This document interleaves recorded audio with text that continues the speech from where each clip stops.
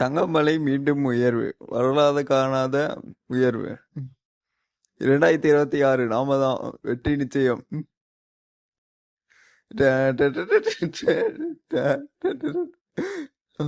இந்த வீடியோ பிடிச்சிருந்தா சப்ஸ்கிரைப் பண்ணுங்க, லைக் பண்ணுங்க. இந்த மாதிரி நீங்களும் எது கன்சியூம் பண்றதுனே தெரியாம வீடியோ பார்த்துட்டு இருக்கீங்களா? அப்ப நீங்க ப்ரொடியூசர் ஆகிறதுக்கு என்ன வழின்னு பார்க்கலாம். Let's begin my story.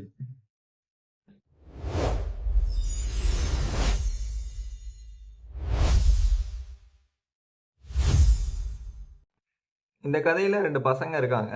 ஒரு பையன் வந்து ரொம்ப பணக்கார பையன், இன்னொரு பையன் ஓரளவுக்கு மிடில் கிளாஸ். அந்த பணக்கார பையனுக்கு என்னன்னா சாக்லேட்னா ரொம்ப பிடிக்கும். அதாவது அவன் டெய்லியும் சாக்லேட் சாப்பிட்டே இருந்தான். இப்போ இந்த மிடில் கிளாஸ் பையன் இருக்கான் இல்லையா, அவனுக்கு சாக்லேட் செய்யறதுல விருப்பம் இருந்துச்சு. அதனால சாக்லேட் எப்படி செய்யுது அப்படின்னு கற்றுக்கிட்டான். அந்த சாக்லேட் விதையெல்லாம் வாங்கி அவன் வீட்லேயே விதைச்சான், எப்படி வளரும் அப்படின்னு அதெல்லாம் கற்றுக்கிட்டான். இப்போ திடீர்னு சாக்லேட்டுக்கு கட்டுப்பாடு வந்துச்சு. அந்த சாக்லேட் செய்கிற ஃபேக்ட்ரியெல்லாம் நிறுத்திட்டாங்க. சாக்லேட்டு அந்த ஊரில் யாரும் விற்கிறது இல்லை. இந்த பையன் சாக்லேட் எப்படி செய்யுதுன்னு கற்றுக்கிட்டதுனால இவன் நிறைய சாக்லேட் செஞ்சுருந்தான். இப்போ அந்த பணக்கார பையனுக்கு என்ன ஆயிடுச்சுன்னா, சாக்லேட்டே இல்லாமல் அவன் ரொம்ப வருத்தமாக இருந்துச்சான். அதனால சாக்லேட் யார் குடிக்கிறீங்களோ அவங்களுக்கு நிறைய பணம் தரேன் அப்படின்னு சொன்னான். இந்த பையன்கிட்ட வந்து நிறைய சாக்லேட் இருந்துச்சுல்ல, அதனால அவன் இந்த பணக்கார பையனுக்கு வந்து விற்றான். இப்போ இப்படியே போயிட்டு இருக்கு. ஒரு சமயத்துல அந்த பணக்கார பையன்கிட்ட காசே இல்லை. ஏன்னா எல்லா காசும் அவன் சாக்லேட்டை வாங்கிட்டு அந்த பையன்கிட்ட கொடுத்துட்டான். இப்போ மிடில் கிளாஸா இருந்த அந்த பையன் வந்து பணக்காரன் ஆயிட்டான்.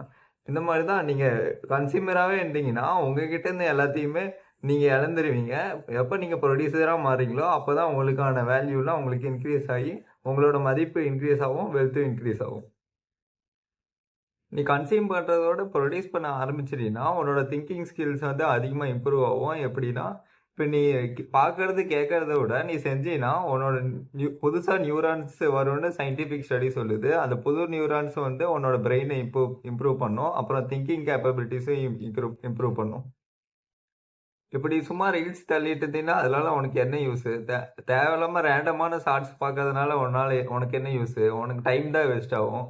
நீ அதுலேருந்து எதை கற்றுக்கிறியா? இல்லை எதை கற்றுக்கிறீன்னா ஓகே. இப்போ அது மூலிமா உனக்கு எதுவுமே ஆகல, உன்னோட வாழ்க்கையும் லைஃப்பும் டைமும் வேஸ்ட் ஆகுதுன்னா அது தேவையில்லை. இப்போ நீ அதுக்கு பதிலாக ப்ரொடியூஸ் பண்ணினா, கிரியேட் பண்ணினா உனக்கு ஒரு அசட். அதுலேருந்து நீ நிறையா வேல்யூஸ் ப்ரொவைட் பண்ணலாம், அதுலேருந்து வெல்த் ஜெனரேட் பண்ணலாம். இப்போ அதெல்லாம் பார்க்கும்போது உனக்கு ஒரு வாழ்க்கையிலேயே அர்த்தம் கொடுக்கும். எப்படின்னா, நீ அதை கிரியேட் பண்ணியிருப்பில்ல, அது உன்னோட முழு மனசாக பண்ணியிருப்ப. அதனால உனக்கு மன நிம்மதியும் ஹாப்பினஸும் அதுலேருந்தே வரும். இப்போ நீ ப்ரொடியூஸ் பண்ணுற கண்டென்ட் இல்லை ஒர்க்ஸ் வந்து மற்றவங்களுக்கு யூஸ் ஆச்சுன்னா அவங்களோட லைஃப்பும் இம்ப்ரூவ் ஆகும். அதனால மொத்த குரூப்புமே இம்ப்ரூவ் ஆகும், நம்ம வேர்ல்டும் இம்ப்ரூவ் ஆகும். இதனால தான் உன்னோட பர்பஸும் ஃபுல்ஃபில் ஆகும். இதுதான் திருக்குறளில் தாலாற்றி தந்த பொருள் எல்லாம் தக்காருக்கு வேளாண்மை செய்தல் பொருட்டு அப்படின்னு சொல்லியிருக்காங்க. ஏன்னா அந்த பர்பஸை நிறைவு அடைக்கிறதுனால அந்த உழைப்புக்கான ஊதியம் உனக்கு கிடைக்கும்.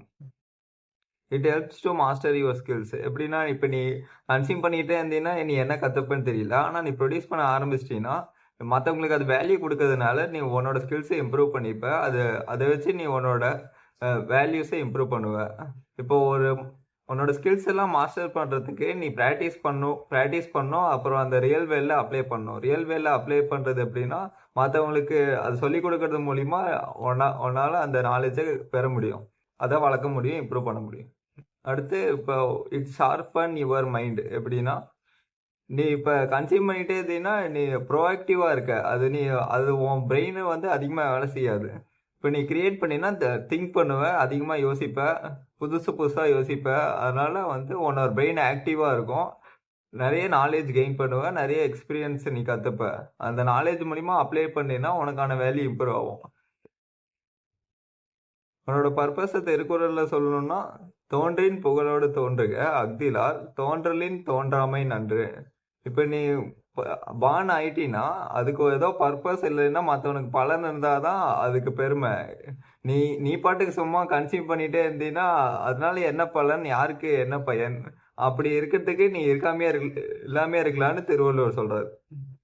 இப்போ நீ இதுக்கான ஆக்ஷன்ஸை என்ன பண்ணலாம்னா அந்த மிடில் கிளாஸ் பையன் மாதிரி இப்போ நீ ஒரு 4 மூவி பார்க்குறீன்னா நீ ஒரு மூவி எழுத பார்க்கலாம், இல்லை 4 கதை கேட்குறீன்னா நீ ஒரு கதை எழுத பார்க்கலாம், 4 பாட்டு பார்க்குறீன்னா நீ 2 பாட்டு எழுதி பாடி பார்க்கலாம். இப்படி பண்ணுறது மூலிமா உனக்கும் இது நம்மளால் என்ன செய்ய முடியும்னு கற்றுக்க முடியும். அப்புறம் அது சக்ஸஸ் ஆச்சுன்னா அது மூலிமா மற்றவங்களுக்கு வேல்யூ கொடுக்க முடியும். இப்போ நீ எடுத்த படத்தை நீ பார்க்கும்போது உனக்கே எவ்வளோ சந்தோஷமா இருக்குல்ல, அட நாம எடுத்த படம்லாம் நம்ம பார்க்க வந்திருக்காங்க அப்படின்ட்டு. இதுதான் நீ கன்சியூமர்லேருந்து ப்ரொடியூஸ் ஆகும்போது ஏற்படுற சேஞ்சஸ். இப்போ நீ 90 விஷயம் கன்சியூம் பண்ணுறீங்கன்னா 10 விஷயம் வந்து ப்ரொடியூஸ் பண்ண ஆரம்பி. அப்புறம் போக போக அதை நீ அதிகமாக ப்ரொடியூஸ் பண்ணு. இப்போ இப்போ நீ எடுத்து பாரு, நீ கன்சியூம் பண்ணுறது அதிகமாக இருக்கும், நீ ப்ரொடியூஸ் பண்ணுறதுன்னு யோசிச்சு பாரு. ப்ரொடியூஸ் பண்ணுறதுன்னா கார்பன் டை ஆக்சைடு ப்ரொடியூஸ் பண்ணுற அப்படிலாம் சொல்லாத. நீ என்ன ப்ரொடியூஸ் பண்ணுறேன்னு நீ எடுத்து நோட் பண்ணிப்பாரு, கம்மியாக தான் இருக்கும். நீ அதிகமாக இருந்துச்சுன்னா ஓகே, ஆனால் நீ கம்மியாக ப்ரொடியூஸ் பண்ணிட்டு இருந்தீங்கன்னா இப்போ நீ கன்சியூம் பண்ணுறதே அதிகமாக இருக்கும். இப்போ நிறையா வீடியோ பார்ப்ப, நிறையா ஃபுட்ஸ்லாம் எடுத்துப்ப. அப்போ அதுக்கான காசெல்லாம் எப்படி வரும்னா நீ கன்சியூம்ஷன்லேயே இருக்க, அப்போ உன்னோட வெல்த் எல்லாம் குறைஞ்சிட்டே தான் இருக்கும். நீ எதோ ப்ரொடியூஸ் பண்ணாதான் அதுக்கான வெல்த் பில்ட் ஆகும். ஸோ இது வெல்த் பில்டிங்க்கு தேவையானதும் ஒன்று ப்ரொடியூஸ் பண்ணாதான் உனக்கு கிடைக்கும். இப்போ நீ வாட் யூ கேன் கெட்டில் இருந்து வாட் யூ கேன் கிவ் அப்படிங்க வந்தீங்கன்னா இந்த உலகத்துக்கு உன்னால் முடிஞ்ச கான்ட்ரிபியூஷன் நீயும் கொடுப்ப, அது மூலிமா மற்றவங்களும் வளருவாங்க, நீயும் வளருவ. இப்போ நீ ஒவ்வொரு நாளும் what you get fils your time அப்படிங்கிறத விட what you give fils your life அப்படின்னு பார்க்கணும். இப்போ உனக்கே என்னது ஒரு புக் எழுதணும்னு ஆசைன்னா நீ ஒரே நாளில் புக் எழுதணும்னு அவசியம் இல்லை, ஒவ்வொரு நாளைக்கும் ஒவ்வொரு பேஜ் எழுது. அப்படின்னு பார்த்தீங்கன்னா ஒரு வருஷத்தில் உன்னால் 365 பக்கம் எழுத முடியும், உன்னால் புக்காக மாற்ற முடியும். இப்போ உனக்கு ஒரு படம் எடுக்கணும்னா ஒவ்வொரு நாளும் ஒரு ஸ்க்ரீன் பேப்பர் எழுது. அப்படி பார்த்தீங்கன்னா 365 நாளில் 365 ஸ்க்ரீன் பிளே இருக்கும், உன்னால் ஒரு படமே எடுக்க முடியும். இப்போ அதுக்கு தான் வால்ட் டிஸ்னி சொல்லியிருக்காரு, the way to get started is to quit talking and begin doing. இப்போ நீ பேசுறதை நிறுத்திட்டு செய்ய ஆரம்பிச்சேன்னா அதனோட ரிசல்ட் உன் கண்ணு முன்னாடியே தெரியும்.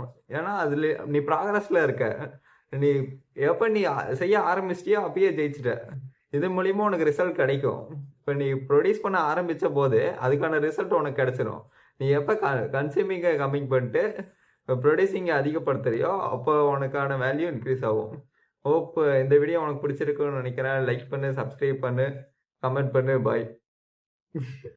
எவ்வளோ நாள் தான் நீயும் நல்லவனாகவே இருக்கிறது, அந்த மாதிரி எவ்வளோ நாள் தான் நீயும் கன்சியூமராகவே இருக்கிறது. எப்போ நீ ப்ரொடியூசர் சைடுக்கு வருது? இந்த உலகத்துக்கு இன்னொரு கன்சியூமர் தேவையில்லை, உன்னோட வாய்ஸ் தான் தேவை. உன்னால் நீ கொடுக்குற வேல்யூ தான் இந்த உலகத்துக்கு தேவை.